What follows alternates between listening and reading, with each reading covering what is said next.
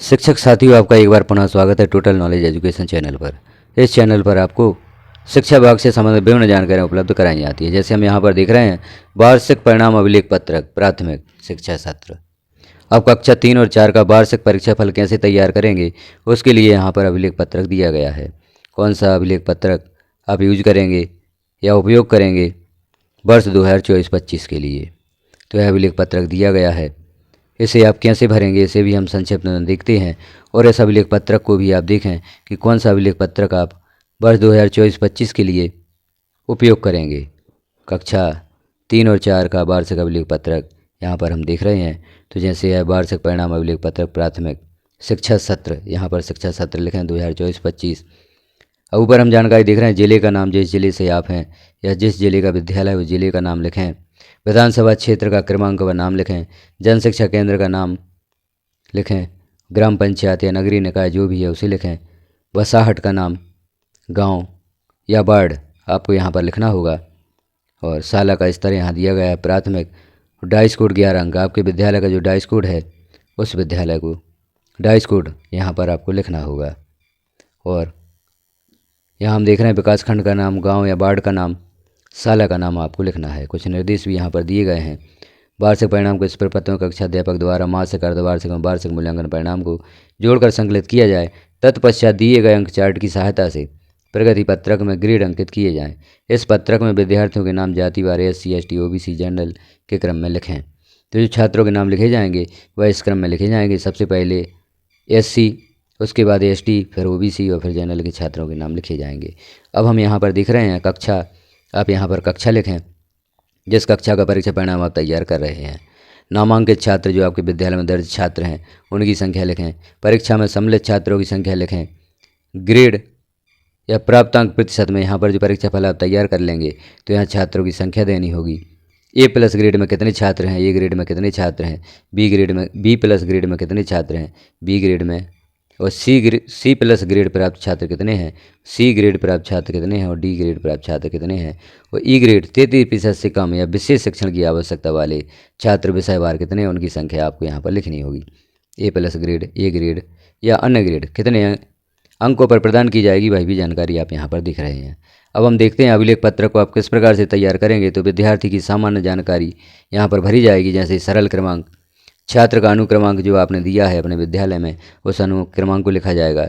Scholar प्रवेश पंजी क्रमांक जो दाखिल खारिज है छात्र का या प्रवेश क्रमांक है उसे यहाँ लिखेंगे। अब पूरा नाम, विद्यार्थी का पूरा नाम, माता और पिता का नाम लिखेंगे। विद्यार्थी की जन्मतिथि यहाँ लिखेंगे। एक कॉलम में एक विद्यार्थी की जानकारी यहाँ पर होगी। अब हम नीचे देख रहे हैं मासिक टेस्ट में छात्र को जो प्राप्तांक प्राप्त हुए हैं। प्रथम भाषा, जो भी आपके विद्यालय की प्रथम भाषा है उस प्रथम भाषा, जैसे हिंदी माध्यम के लिए हिंदी, अंग्रेजी माध्यम के लिए अंग्रेजी और अन्य माध्यम के लिए उनकी प्रथम भाषा वही होगी जिस माध्यम से विद्यार्थी अध्ययन कर रहा है।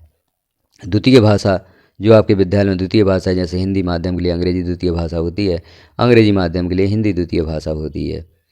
गणित या संगीत, संगीत दृष्टिबाधित या दिव्यांग छात्रों के लिए होता है। और पर्यावरण अध्ययन, इन सभी विषयों के अंक आपको यहाँ पर देने होंगे। जैसे प्रथम भाषा मासिक मूल्यांकन है 40 अंक का होगा, जो हमने पूरी वीडियो में देखा था। मासिक मूल्यांकन पंजी का प्रारूप हमने देखा था, वहाँ पर इस बात को क्लियर किया गया है कि मासिक मूल्यांकन 40 अंकों का होगा। कौन कौन से 4 महीने होंगे जिनका मासिक मूल्यांकन लिया जाएगा उस वीडियो में आप देख सकते हैं। तो यहाँ पर 40 अंक में से छात्र ने जितने अंक प्राप्त किए हैं उन अंकों को लिखा जाएगा और उस 40 अंक पर 10 अधिभार जो बनता है वह 12वें कॉलम में लिखा जाएगा, क्योंकि जो परीक्षा फल तैयार किया जाएगा और अधिभार के आधार पर ही किया जाएगा।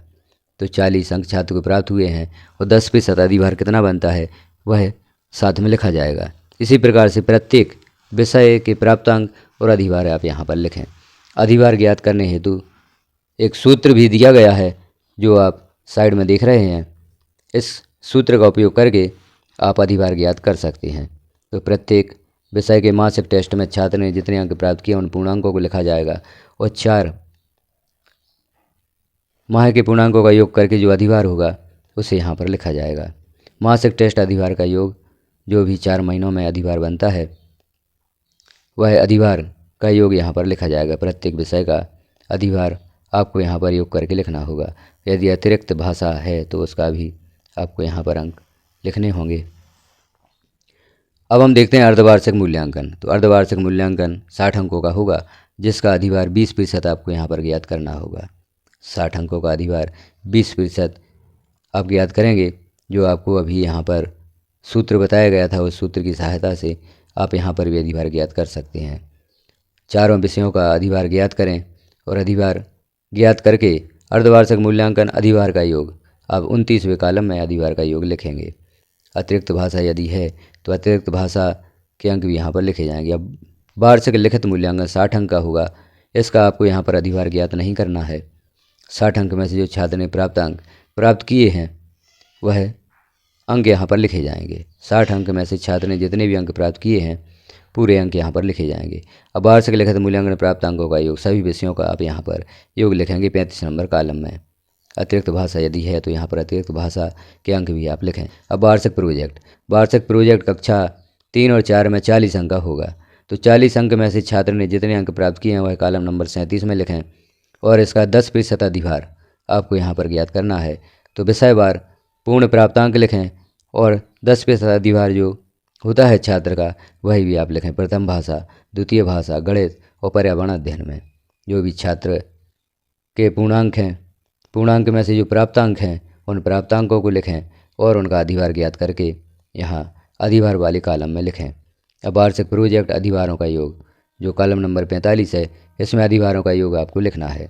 अब हम यहाँ पर देख रहे हैं वार्षिक परिणाम अधिभार अंक 100 में से तैयार किया जाएगा। तो यहाँ जो आप 47 नंबर कॉलम में महायोग देख रहे हैं, कॉलम 19, कॉलम 29, कॉलम 35 और 45 का योग यहाँ पर 100 अंक होगा। 19 नंबर कॉलम से 10 अधिभार और 29 नंबर कॉलम से 20 अधिभार और 35 नंबर कॉलम जो वार्षिक परीक्षा होगी उसके 60 अंक और 45 नंबर कॉलम प्रोजेक्ट का 10 अधिभार यहाँ पर लिया जाएगा। कुल होंगे 100 अंक। 100 अंक से वार्षिक परीक्षा फल तैयार किया जाएगा। तो 100 में से छात्र को जितना भी अधिभार प्राप्त हुआ है, जितने अंक यहाँ प्राप्त हुए हैं वह 47 नंबर कॉलम में लिखे जाएंगे और जो भी अंक प्राप्त होते हैं उनके आधार पर यहाँ पर समेकित ग्रेड छात्र को प्रदान की जाएगी। तो इस प्रकार से वार्षिक परीक्षा फल कक्षा 3 और 4 का तैयार किया जाएगा। ग्रेड के आधार पर छात्र उत्तीर्ण और अनुत्तीर्ण होंगे। इस प्रकार से आप परीक्षा फल तैयार करें। तो इस प्रकार से यहाँ पर हमने कक्षा 3 और 4 हेतु जो रिजल्ट शीट है या अभिलेख पत्रक है उसे हमने देखा। यह अभिलेख पत्रक आप वर्ष 2024-25 के लिए उपयोग करें। जो अधिभार के साथ अभिलेख पत्रक है इसी का उपयोग आपको वर्ष 2024-25 कक्षा 3 और 4 की परीक्षा फल के लिए करना है। यहाँ पर कुछ नोट भी दिए गए हैं, इन्हें भी आप ज़रूर देखें, क्योंकि यदि आप इन नोट्स को देख लेते हैं तो परीक्षा फल बनाने में आपको किसी प्रकार की प्रॉब्लम नहीं होगी।